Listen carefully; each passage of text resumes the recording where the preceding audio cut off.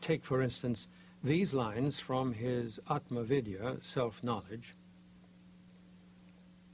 Therefore, on diving deep upon the quest, who am I and from whence, thoughts disappear, and consciousness of self then flashes forth as the I as I within the cavity of every seeker's heart. And this is heaven. This is that stillness, the abode of bliss. In Upadesha Sara, Ramana writes in verse 10, absorption into the source or core of existence, or the heart, is what the paths of karma, bhakti, and jnana teach. Now, while there appears to be apparent contradiction in expression between devotion, bhakti, and the more intellectual teachings on self-knowledge, there is in truth no separation between these two. Sri Bhagavan's emphasis on one's unflagging concentration on the quest, who am I and from whence, entails the most persevering devotion to self-inquiry. The essence of devotion, bhakti, is singleness of mind.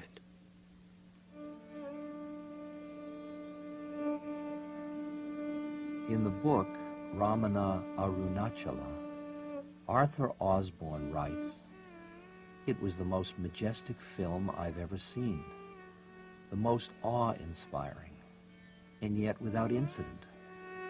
A view of the Arunachala hill from the ashram drive, and then a tall, frail, light-complexioned man with short white hair descending the slope of the hill with the aid of a staff. Then he was seen coming out of the ashram hall, stopping to smile to a baby, walking across the ashram ground. Just simple, everyday actions. The simplicity was so natural, so spontaneous."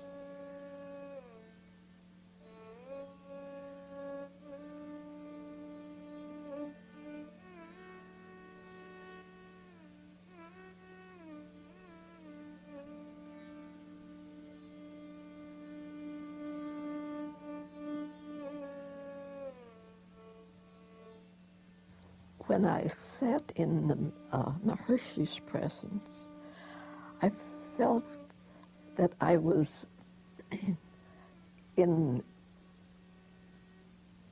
a great white light.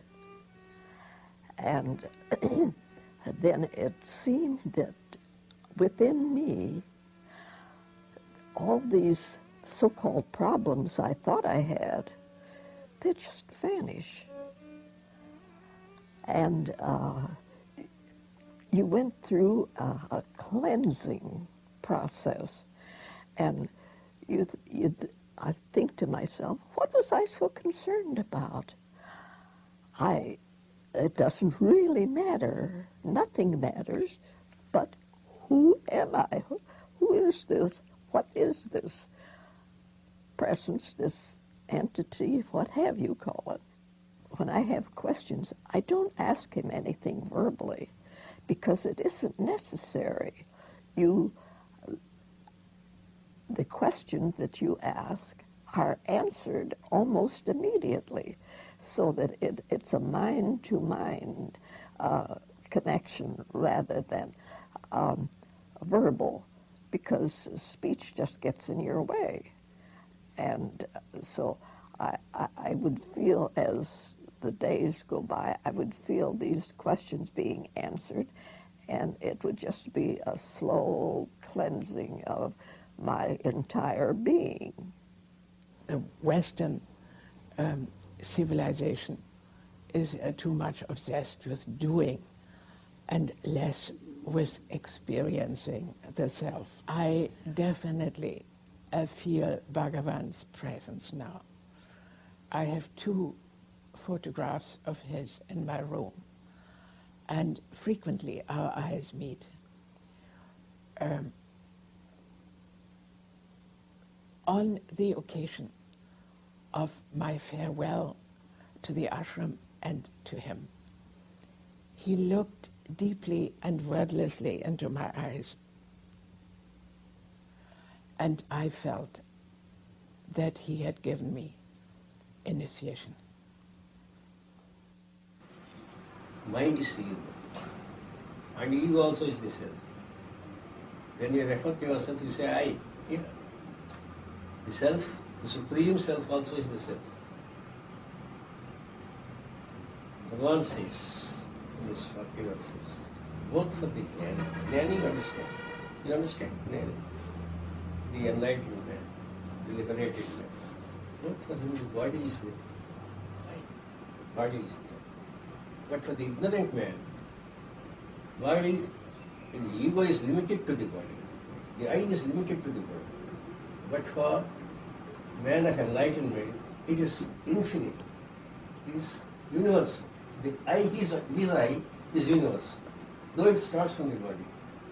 That is how Bhagavan lived as a universal.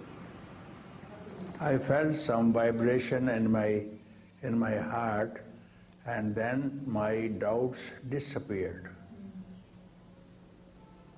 So this was the first time I met this kind of teacher. It was very direct teaching, not indirectly through any senses or any sign. So this I mean a direct teaching from heart to heart. You are your own guru and not someone he is outside who teaches you. And this can be known by one who has really understood it, not to anyone else. Guru is within you, and the self is that Guru, not known, not outside of any man. So you will keep quiet, you know that I am Guru and the self is the Guru itself, and there is no difference between the self and the Guru, and you will stop your search outside and get abiding peace within your own self. This has to be practiced and not listened or read anywhere.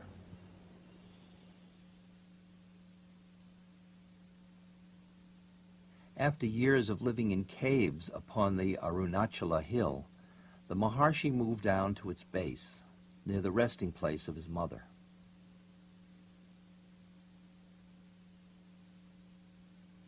After a short time, a small ashrama began to take shape around him, and what is now the current Sri Ramanashramam had its modest beginning.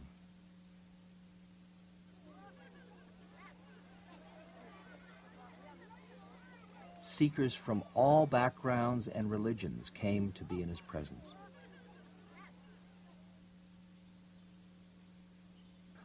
Ramana sat in a modest hall, available day and night to answer questions from sincere seekers. His only possessions were a loincloth and a towel. He never asked anything from anyone. Until the frailty of age set in, there were no set hours for approaching him. During the final year of his life, devotees were requested to let him rest at midday. In response to this request by ashram authorities, Ramana himself sat outside the hall until the rule was retracted.